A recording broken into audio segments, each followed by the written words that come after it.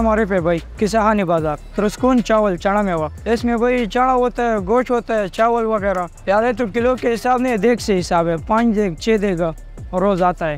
ये आधा घंटे में 1 देग तैयार होता है, आधा 1.25 घंटा। सादी प्लेट 150 रुपये जी, गोश्त के बगैर। एक बड़ा गोश्त है जी। हाँ, गोश्त हम रात से बनाते हैं। कराची वाले लोग हमारे लिए पैगाम है, जब पेशावर आते हो हमारे दुकान पर ज़रूर आ जाओ।